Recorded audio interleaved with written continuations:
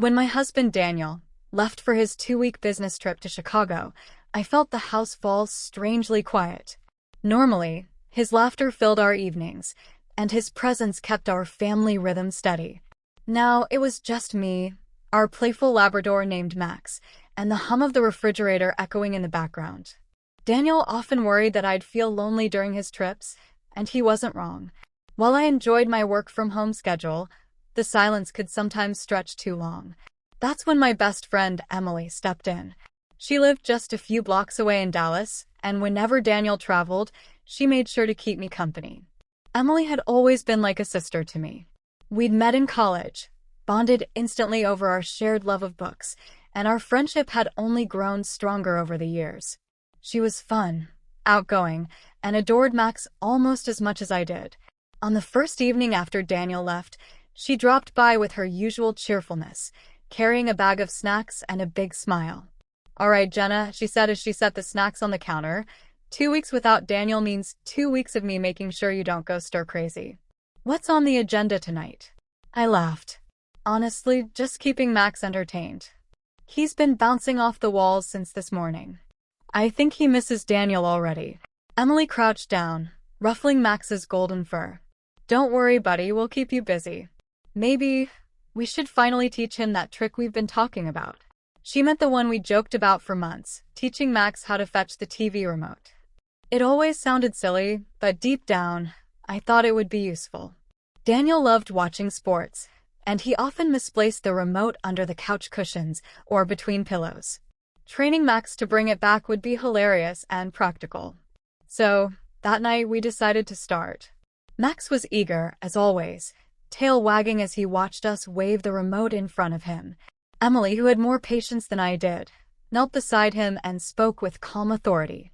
"Max, this is the remote. When we say fetch, you bring it back, okay?" Of course, Max didn't understand a word. He lunged forward, thinking it was a toy, and Emily burst into laughter as he tried to chew it. I quickly grabbed it back before he slobbered all over the buttons. "This might take a while," I said, shaking my head. "Good thing I cleared my evening," Emily replied with a grin. We started small. First, we replaced the remote with a chew-safe dummy toy shaped like a block. Every time Max picked it up and brought it back, we rewarded him with treats. His intelligence amazed me. By the second night, he was running across the room to grab the block and proudly dropping it into Emily's hands. By the fourth night, Max had made the connection between the real remote and the game. Emily would toss it gently onto the carpet, and after a few moments of hesitation, Max would prance across the living room and retrieve it. The first time he brought it directly to me, I squealed with excitement. "You did it, Max. You genius." Emily clapped and cheered, and Max wagged his tail furiously, clearly pleased with himself. It became our evening ritual. Emily would come over, we'd work with Max, and afterward we'd relax with tea, talking about everything from work stress to old memories. These evenings made me realize how important friendship really was. Without Emily's encouragement, I probably would have given up after the first frustrating night. As the days went by, Max's trick grew sharper. He learned not only to fetch the remote but also to gently place it in our laps without dropping it halfway.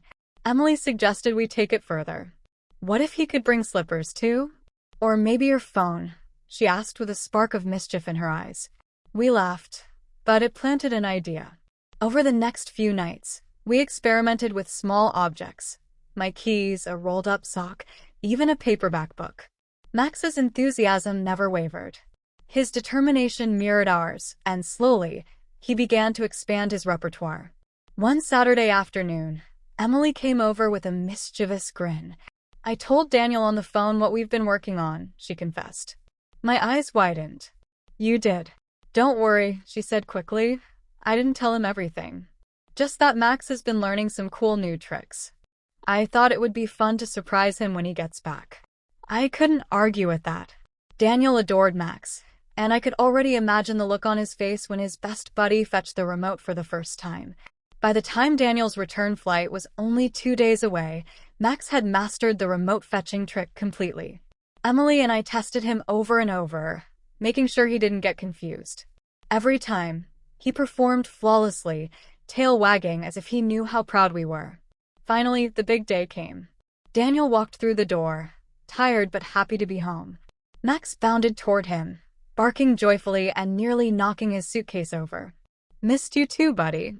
Daniel laughed, crouching to ruffle Max's fur. Emily and I exchanged a secret smile. After Daniel settled in, we gave Max the signal. Emily whispered, "Fetch," and pointed toward the coffee table. Max sprinted, grabbed the remote with careful precision, and trotted back to Daniel, dropping it neatly into his hands. Daniel froze, staring at the remote, then at us. "Wait, did he just?" "Yes." I burst out laughing. "We taught him while you were gone." Daniel's face lit up with amazement and joy. "This is incredible. Max, you're a genius." Max barked proudly, as if to say, "I know." For the rest of the evening, Daniel kept testing the trick, laughing harder each time Max succeeded. He hugged me, thanking me for making his return so special. But deep down, I knew the credit wasn't just mine. It was Emily's too. That night, after Emily left, I sat with Daniel and Max curled up beside us. Watching Daniel's face glow with happiness, I realized something important. Sometimes, the little projects we take on, like teaching a dog a funny trick, become the things that stitch relationships closer together. Not only had Max learned something new, but Emily and I had strengthened our bond, and Daniel felt more loved than ever. Life is full of small moments that don't seem extraordinary at the time: an evening with a friend, laughter over spilled popcorn, a dog's wagging tail. But together, those moments form the kind of memories that last a lifetime. And so, while my husband was away, my friend and I didn't just teach our dog an amazing trick. We discovered the joy of patience, the magic of teamwork, and the reminder that love, whether from a friend, a partner, or a loyal pet, can transform even the quietest nights into something unforgettable.